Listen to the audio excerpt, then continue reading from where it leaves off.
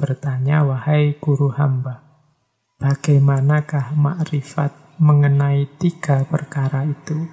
Sebagaimana dikatakan dalam tulisan, ma'rifatu dzatillah, ma'rifatu sifatillah, ma'rifatu af'alillah.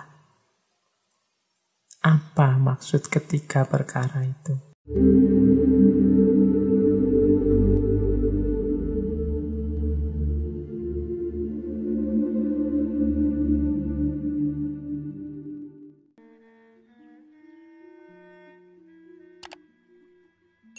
Ini satu-satunya karya yang bentuknya prosa.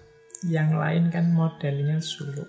Kita awali, ini karya ini kadang orang menyebutnya kitab Bonang, kadang menyebutnya primbon Bonang. Atau kalau di barat dikenal dengan istilah, atau beberapa juga menyebutnya naskah ini judulnya adalah Pitutur Syekh Bahri. Kita awali dari ini saja ya, nanti yang wujil yang agak belakangan. Jadi ini kitab ini, buku ini satu-satunya yang coraknya prosa, tidak seperti suluk-suluk yang lain. Isinya dialog, tanya jawab antara guru murid. Gurunya namanya Saiful Rijal, muridnya namanya Saiful Rijal, gurunya namanya Syekh Bahri. Ada yang bilang ini sebenarnya kiasan, Saiful Rijal ini ya Sunan Bonang sendiri, dan gurunya ini adalah seorang guru yang berasal dari Pasai, yang oleh Sunan Bonang di kitab ini disebut Syekh Bahri. Nanti kalau teman-teman menggali suluk-suluknya Sunan Bonang, di dalamnya akan kelihatan sekali pengaruh dari 2 tokoh besar tasawuf Persia. Yang pertama adalah Imam Ghazali, dan yang kedua Syekh Jalaluddin Ar-Rumi. Meskipun beberapa nama sufi juga disebut. Misalnya beliau juga pernah menyebut nama Syekh Sufi. Syekh Sufi ini yang dimaksud adalah Imam Haris Al-Muhasibi. Juga Syekh Nuri. Syekh Nuri mungkin ya Syekh Hasan An-Nuri. Kemudian ada Syekh Jaddin. Syekh Jaddin ini kemungkinan Syekh Junaid Al-Baghdadi.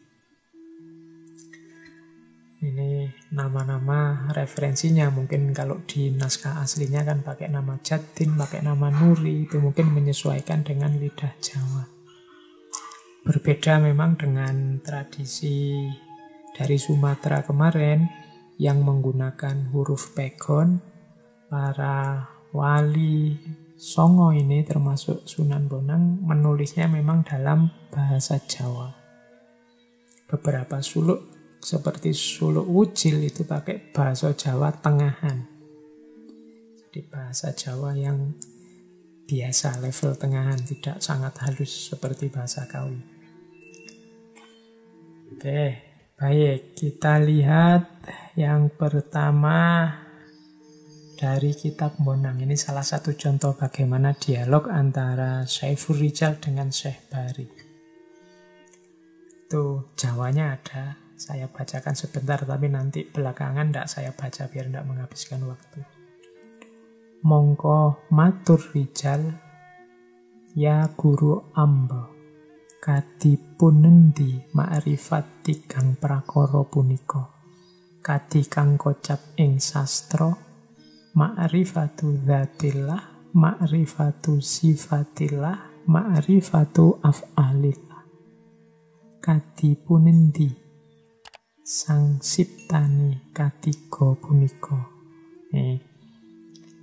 Jadi Saiful Rijal bertanya, wahai guru hamba, bagaimanakah makrifat mengenai 3 perkara itu?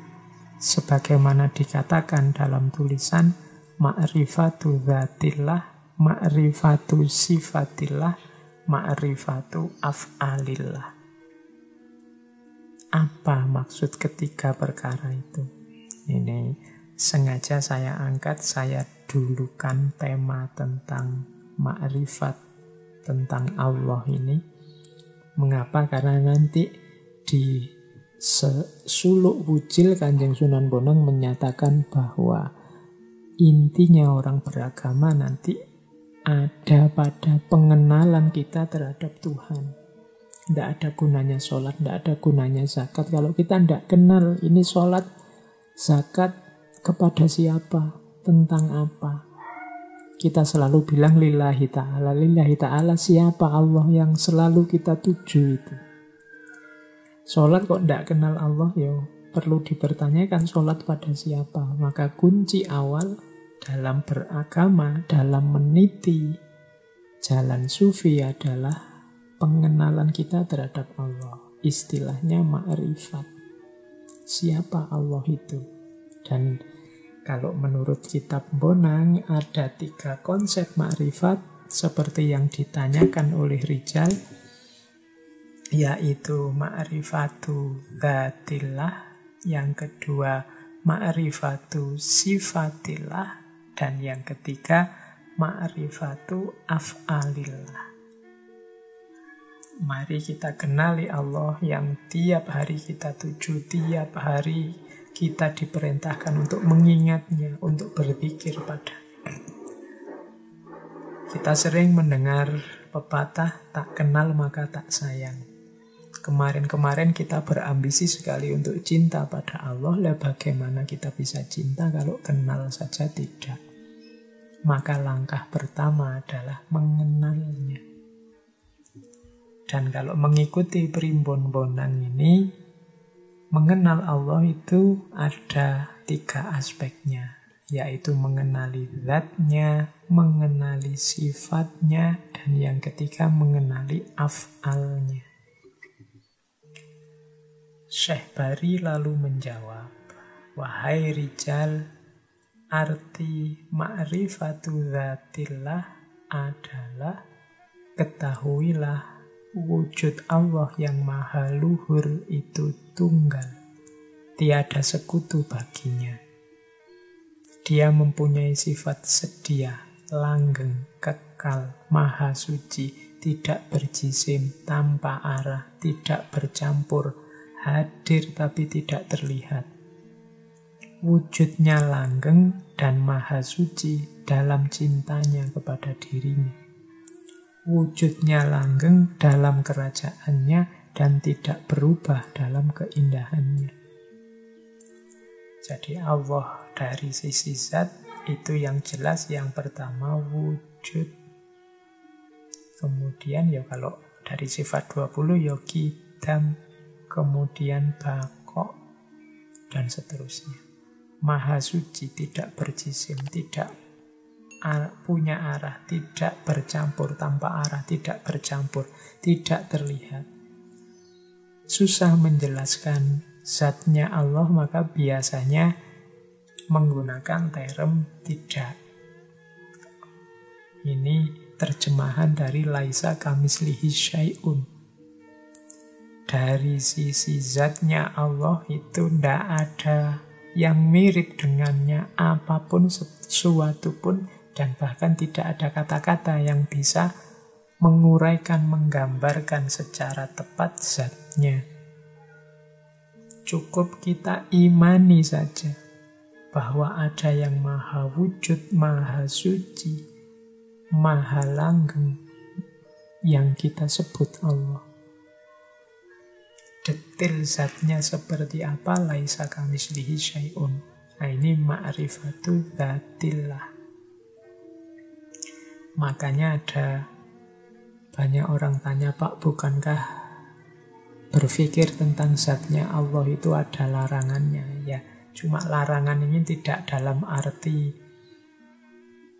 pikiran kita pasti sesat kalau berpikir tentang zatnya, tapi pikiran kita tidak akan mampu menjangkaunya. Tidak perlu terlalu capek memikirkan zatnya Allah daripada habis tenaga, habis waktu. Imani saja Allah di level zatnya. Karena ini bukan sesuatu yang bisa dijelaskan. Oke, terus ini nanti panjang diskusinya kalau saya lanjutkan. Kita ke definisi kedua, ma'rifatu sifatillah. Ma'rifatu sifatillah itu mengetahui, adapun ma'rifatu sifatillah berarti ketahuilah bahwa Allah itu mempunyai sifat hayyun, yaitu hidup abadi, tanpa nyawa, mengetahui, tanpa akal, berkuasa, tanpa anggota, melihat, tanpa mata, mendengar, tanpa telinga, berkehendak, tanpa angan-angan, berkata, tanpa bibir atau suara. Jadi, kalau yang zat tadi lebih mudah dijelaskan dengan yang tidak. Kalau yang sifat, ini bisa dijelaskan. Allah itu sami, sama, basar, kalam, dan seterusnya, hayyun, dan seterusnya. Itu sifat-sifat Allah di level sifat. Kalau ini bisa dijelaskan, tidak harus ditidakkan. Tapi tetap kita tidak bisa menjelaskan detailnya, karena tidak sama dengan manusia. Allah itu melihat, tapi tidak sama dengan melihat kita. Karena Allah tidak punya mata yang seperti manusia ini. Maka melihat tanpa mata. Allah mendengar. Wong di antara sifatnya Allah itu sama. Tapi jangan digambarkan mendengarnya Allah seperti mendengarnya manusia.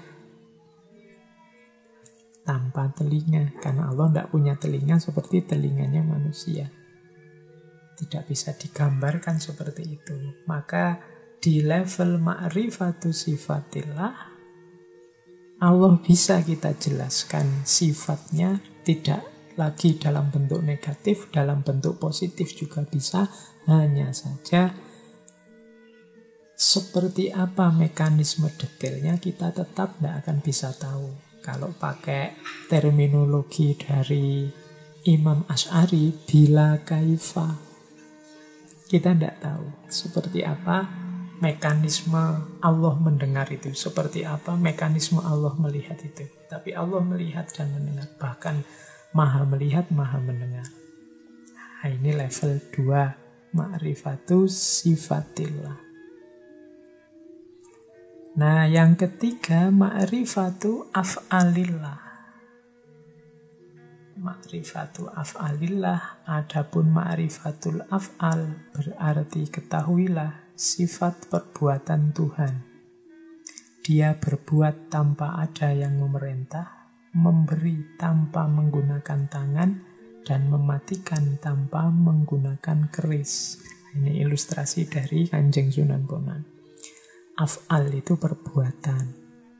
Semua yang terjadi, semua yang berjalan di alam semesta ini hakikatnya adalah af'alnya Allah. Kita menyebutnya simpel terus dengan kata-kata takdir. Tapi tetap seperti tadi, af'alnya Allah itu tidak menggunakan alat sebagaimana kalau manusia bertindak.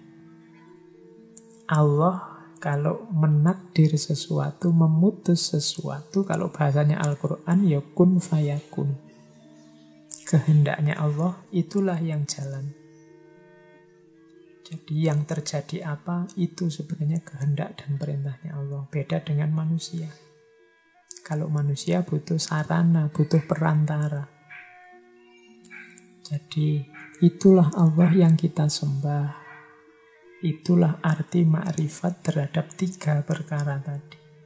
Ma'rifatul zatillah, di level zatnya memang susah dijelaskan, lebih mudah dengan model negasi, ditidakkan.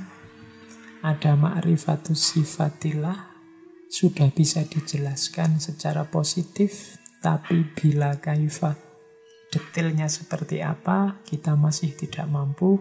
Dan ma'rifatu af'alillah, kita melihat efek dari af'alillah adalah semua yang terjadi di alam semesta ini, termasuk segala hal peristiwa yang menimpa kita. Itu ma'rifatu af'alillah. Oke, Ini mancing ya, dari Primbon Bonan. Kadang disebut Pitutur Syekh Bahari.